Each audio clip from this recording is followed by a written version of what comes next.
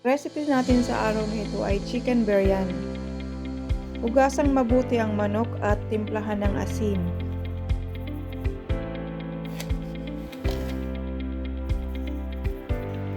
I-marinate natin ito sa tomato sauce. Gumawa ako ng sariling tomato sauce na maraming bawang.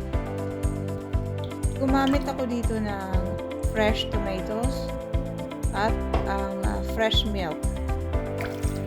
Ang gamit ko na gatas ay mismong galing sa farm. Pwede rin tayong gumamit ng gatas na evaporated milk. Dagdagan natin ng isang tasang yogurt para sa masarap at malinamnam na biryani.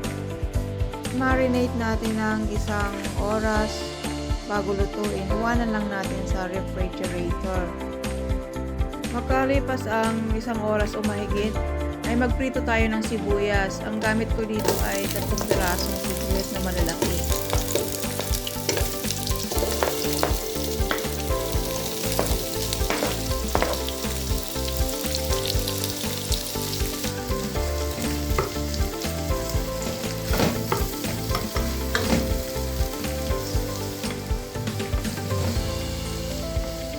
Pagluto ng sibuyas, hanguin at i-separate natin siya. Ilalagay natin ulit siya mamaya pagluto na yung mga iba pang mga ingredients.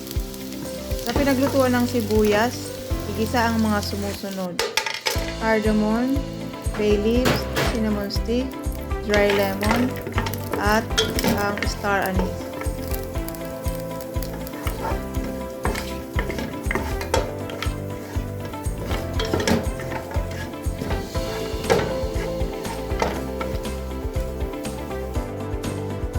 Isunod na natin ngayon ang minarinate na chicken.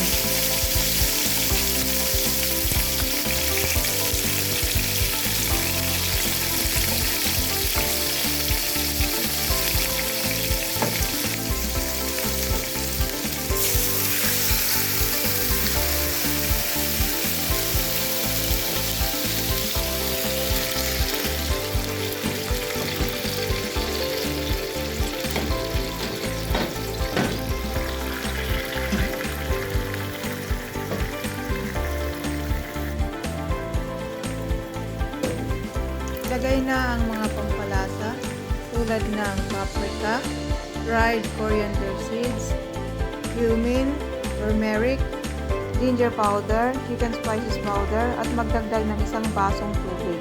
Kuluan natin ito hanggang sa maluto ang manok. I-check na nga natin mga mami kung luto na ang manok. Dahil nga native siya, mas masarap siyang pinakuluan. Kapag luto na, ibuhos na natin ang basmati rice dito. Ang basmati rice nga pala, ibinabad ko na siya sa tubig ng mga 30 minutes bago ko pa inumpisahang lutuin yung manok.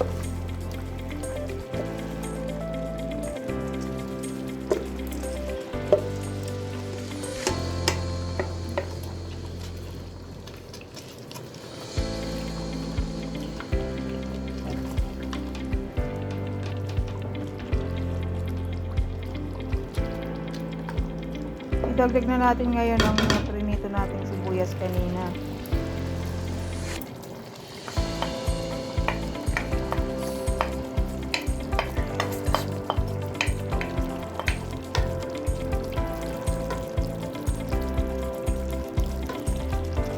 Nagdagdag ako dito ng siling maanghang. Pwede namang hindi. At hayaan natin itong maluto sa mahinang apoy lamang.